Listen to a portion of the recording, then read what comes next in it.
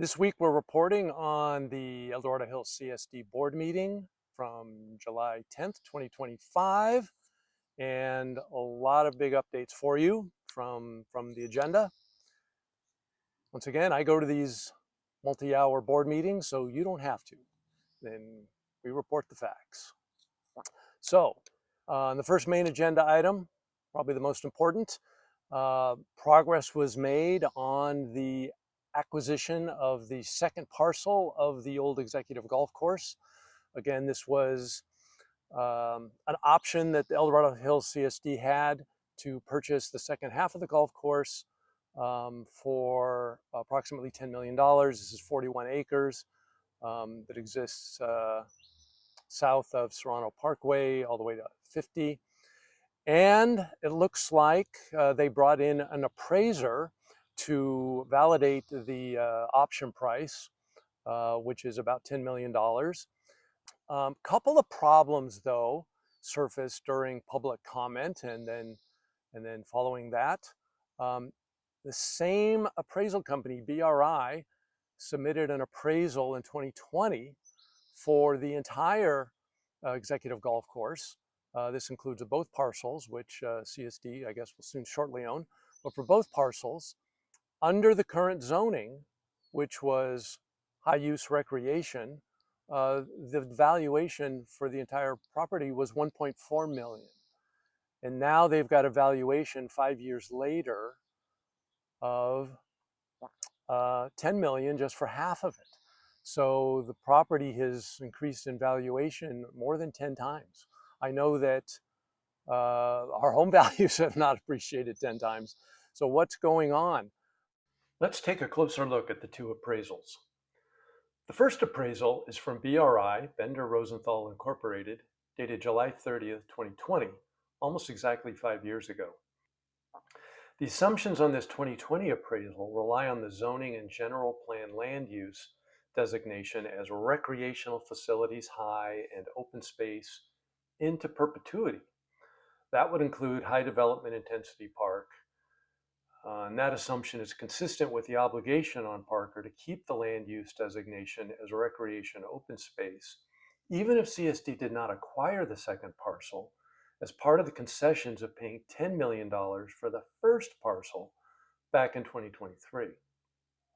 So if we look at comparables that were cited in the appraisal report, I highlight 3 land sales.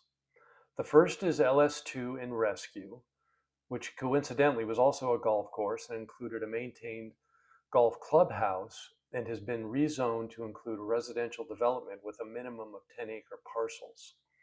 So ability to sell maybe a dozen residential properties of some commercial value.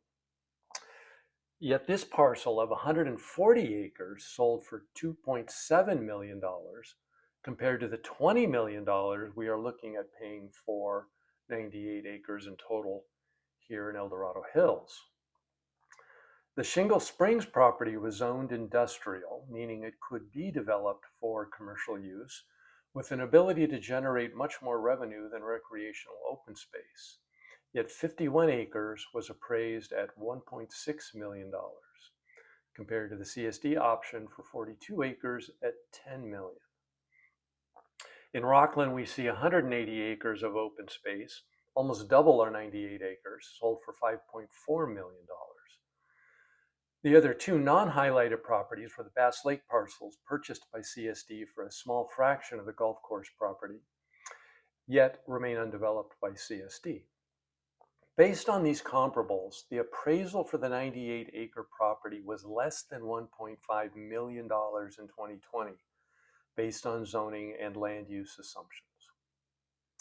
Now, fast forward to 2025, and we have the same appraiser, BRI, at the July 10th board meeting, presenting a very different picture.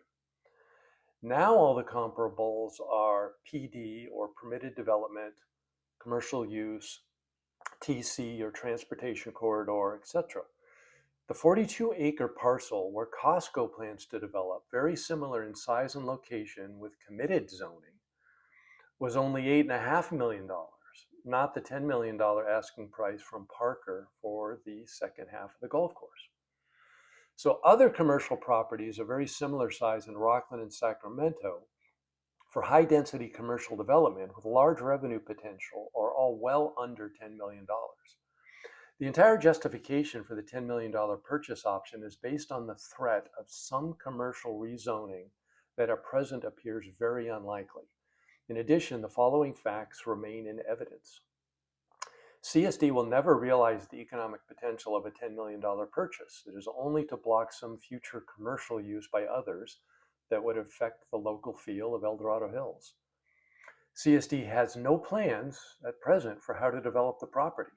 It's unknown if a golf course is viable at all or if funds exist for any other type of development. This is a very high price to pay without a plan that could eventually become a white elephant.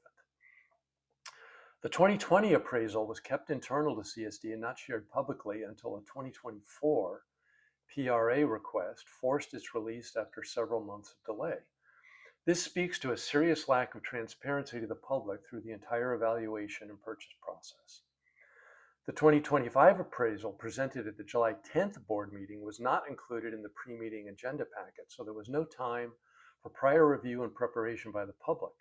There was no discussion of how and why the appraisal methodology had changed between 2020 and 2025, except to justify Parker's asking price, and even when confronted with the 2020 appraisal during the public comment period. Ultimately, it appears certain that CSD's intent is to go ahead with the purchase by the end of this month. The community must have the opportunity to provide input into how their funds and assets are best used. If you feel strongly about this being the best use of our community resources, it's incumbent on the public to let your CSD representative know how you feel.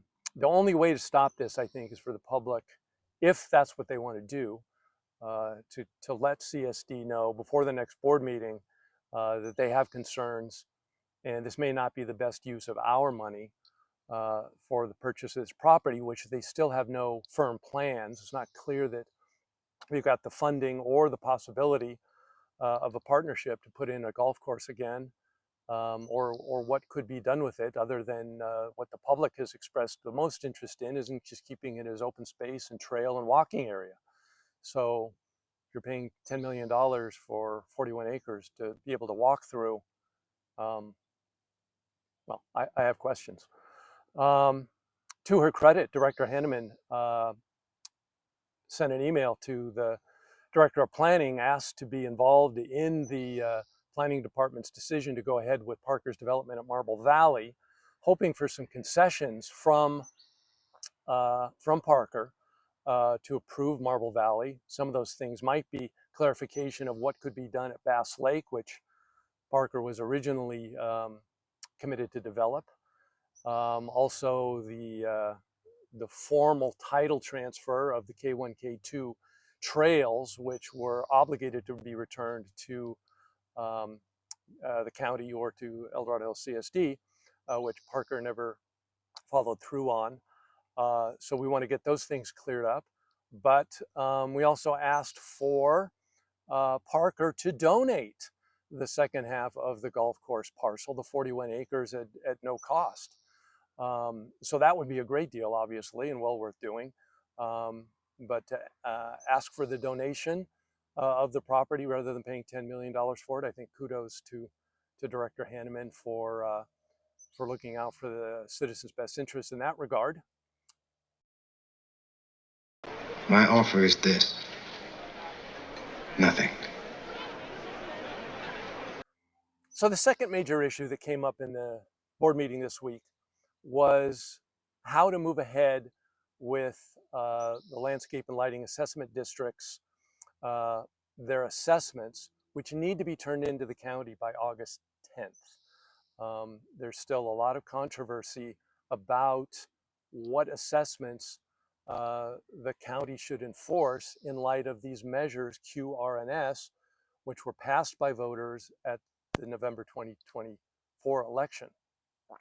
So they've known that this deadline of when they had to submit their assessments and whether they were going to honor the measures or they were going to ignore them would have to be decided. With the deadline fast approaching, they agendized the item for this week's board meeting, and decided to defer until August 7th board meeting, when they will make a decision, with only 3 days left until the deadline to submit those numbers to the county. So what they're trying to figure out is, do they ignore them, which it's not legal to ignore a valid past measure like this, which becomes law. So you're not honoring the law. If you're contesting the measures or contesting the law, you have to go to in front of a judge and get them to agree that the ballot measures were either unconstitutional or they're not appropriate process for Proposition 218 contesting of the assessments. But whatever your concern is about the validity of the measures, you got to take that to a judge. You cannot decide on your own without breaking the law to get those things overturned. So it's not clear what their process is going to be. They've known this deadline, this day of reckoning, has been coming for more than a year. I mean, they've been discussing this going back multiple years about what to do with these communities that are not comfortable with their property assessments. So the communities have done everything they can, and still there's no firm discussions, negotiations with the El Dorado CSD. So they pushed out the decision again for another month, but it's not clear to anybody what is going to be done in that month. They didn't really discuss it. Are they going to go in front of a judge? Are they going to just ignore it? Or are they going to open up negotiations with the communities and see if they can find a middle ground that's viable to maintain the maintenance on these parks? Or what's going to happen? So that's the update for now. If you have any comments or questions, feel free to drop me an email at the email address below, and we'll look forward to catching up soon.